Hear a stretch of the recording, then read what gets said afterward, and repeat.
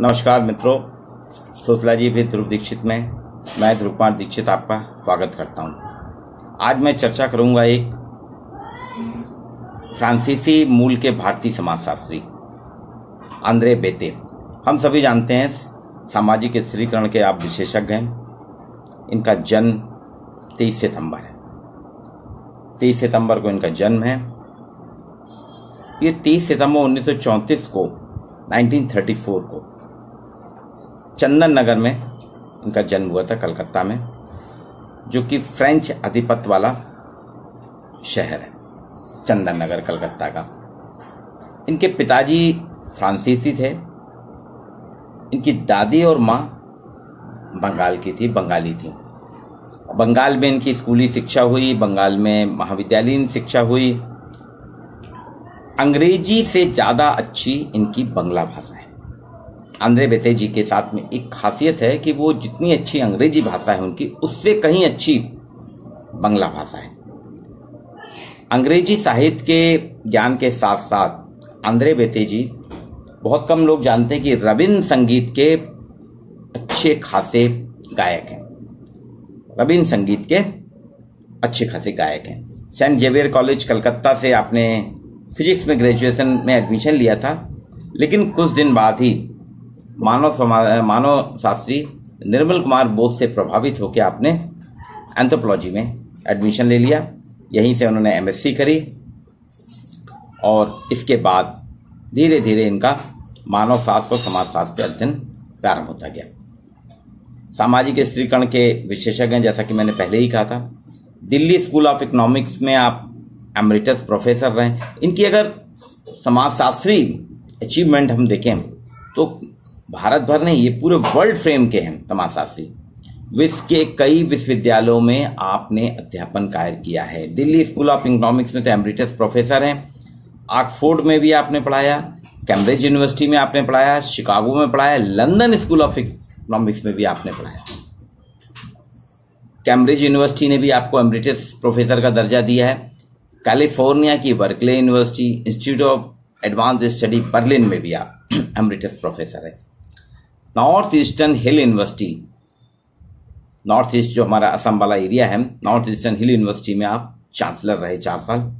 ICSSR के 2005 में आप चेयरमैन रहे। भारत सरकार ने 2004 में आपके समाजशास्त्री योगदान को देखते हुए पद्म भूषण की उपाधि दी थी। राष्ट्रीय ज्ञान आयोग जो तत्कालीन प्रधानमंत्री मनमोहन सिंह जी के अध्यक्षता में था, राष्ट्रीय ज्ञान आयोग, उसके आप अध्यक्ष बनाए गए। लेकिन जाति आधारित आरक्षण की वृद्धि जो हुई थी, उसके विरोध में आपने राष्ट्रीय ज्ञान आयोग के सदस्य से इस्तीफा दे दिया और इसके बाद आप centre for studies in social science Kolkata में चेयरमैन है। सामान्य थे, परिवार के थे। 3 भाइयों में बड़े, 3 भाई और 1 बहन में आप थे और सबसे छोटे थे 3 भाइयों बहन में। और अपना आपका अध्ययन करते थे। पिताजी फ्रेंच थे, चंदन नगर के मेयर भी थे। इनका पालन पोषण फ्रेंच और बंगाल भूमिका के आधार पर हुआ है। माता पिता दोनों की इनकी ऊपर छाप है। फ्रेंच कल्चर भी है और बंगला कल्चर भी है। ये बहुत ही सामान्य थे, लेकिन आप देखेंगे इनका अध्ययन के प्रति रुझान बहुत था। ये कलकत्ता विश्वविद्यालय से एमएससी करने के बाद भारतीय सांख्यिकी संस्थान के फेलो बने। स्नातक कक्षाओं को पढ़ाना प्रारंभ किया और शीघ्र ही दिल्ली विश्वविद्यालय के नव स्थापित समाजशास्त्र विभाग में चले गए। यहाँ इनकी नियुक्ति व्याख्याता के रूप में हुई और उसी समय विश्व प्रसिद्ध समाजशास्त्री एमएन श्रीनिवास के निर्देशन में आपने पीएचडी कार्य किया। समानता और सार्वभौमिकता के प्रश्न, आंद्रे बेते की खासियत थी कि वो समानता, इक्वलिटी और सार्वभौमिकता, यूनिवर्सलाइजेशन के प्रश्न को उठाए और इसी के आधार पर इन्हें अपने सामाजिक संस्करण की विशेषता के रूप में, सोशल स्ट्रेटिफिकेशन के रूप में इन्होंने अपने एक मुकाम हासिल किया। उसके बाद आगे बढ़ते चले गए। उदारवादी दर्शन, गरीबी, सामाजिक न्याय जैसे विषय अन्य आपके जीवन में बहुत ज्यादा परिवर्तन लाया। ये समाजशास्त्री थे जिन्होंने जॉन रावले के विचार और सिद्धांतों को अपने सामने रखकर उस पर विचार किया। वेबर के निकट थे और मार्क्स से उतने ही दूर थे। श्रीनिवास के क्षेत्रीय कार्य के महत्व से इनको एक दीक्षा मिली। श्रीनिवास के साथ में रहने के कारण इन्होंने फील्ड स्टडीज पे बहुत ज्यादा काम किया और उसी के आधार पर इन्हें the structure of Hindu society जो इनके बोस की किताब थी, ड्यूमा और पोकाक का इनके ऊपर प्रभाव पड़ा। एक ग्रेट फील्ड वर्कर थे, जनजाति समाज के ग्रेट फील्ड वर्कर थे, बहुत महान अध्ययनकर्ता थे। और जो क्षेत्रीय अध्ययन थे, चाहे वो निर्मल चंद बोस का हो या ड्यूमा का हो या एम एन श्रीनिवास का, इसका इनके ऊपर बहुत प्रभाव।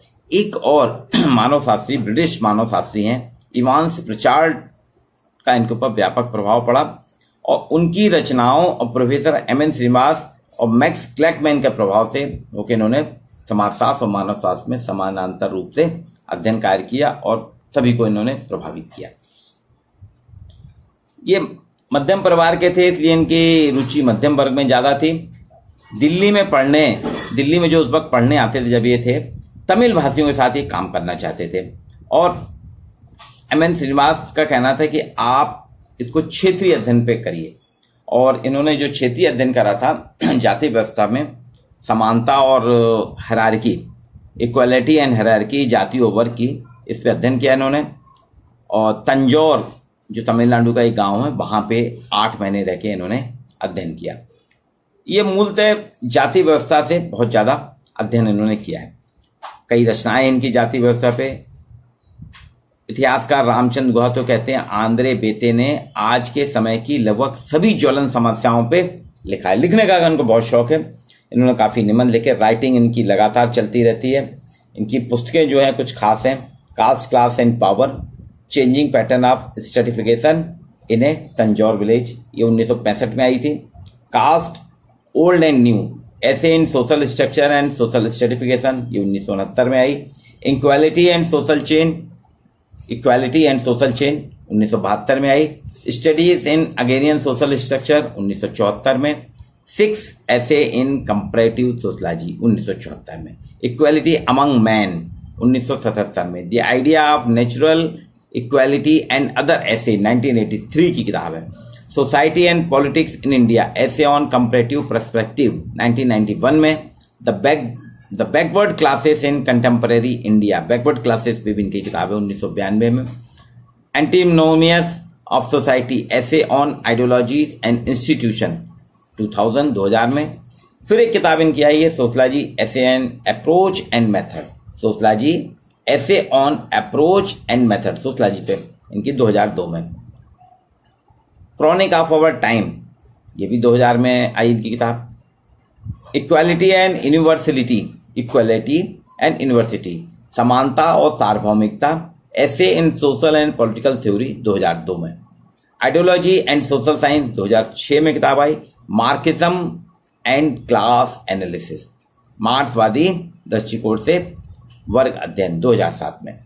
इन्होंने धर्मनिरपेक्षता का पुनर्परीक्षण किया। प्रजाति और जाति का शिक्षण और शोध कार्य, सरकारी गैर सरकारी संगठन, भारतीय मध्यम वर्ग पे इनके निरंतर लेख आते रहते हैं।